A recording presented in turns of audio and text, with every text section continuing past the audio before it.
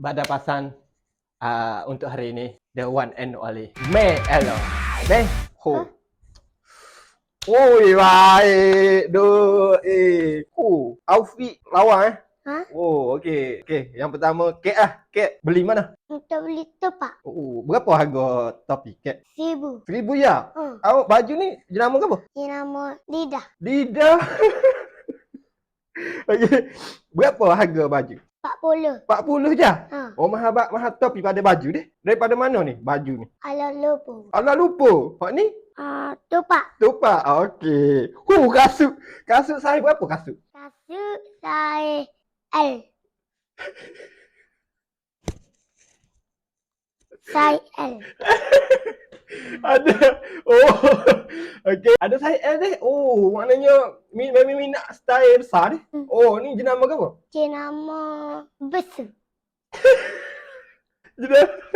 Jenama besu. Ha. Oh, okey. Harga mungkin orang tak tahu. Harga berapa cik? Harga 90-400. 90-400. Okey. Oh, beg. Beg jenama ke apa?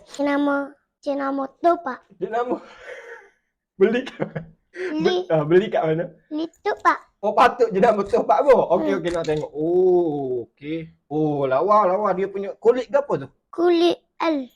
Tak, maksud saya dia buat daripada kulit ke apa? Ganu. Kulit Ganu. tak, bukan daripada mana? Kulit beg ni. Kulit ke apa ni? Kulit kuning.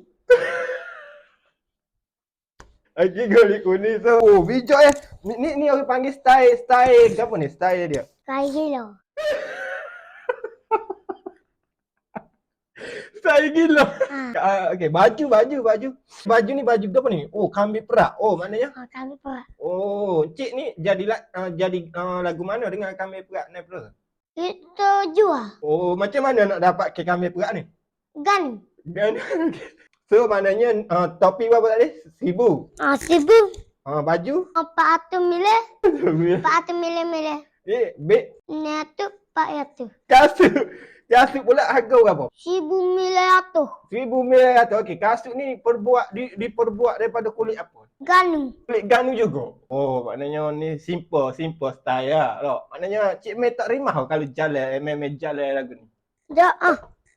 Oh, maknanya bukan suruh jalan. Tanya macam pergi jalan-jalan tempat awal memang tak rimah. Macam Cik May jalan depan orang Tino tak ada tegur ke macam nak ejah Cik May? Go. Dia tegur macam mana tu? Go. Apa? Baju ni dia buat benih apa ni dia buat?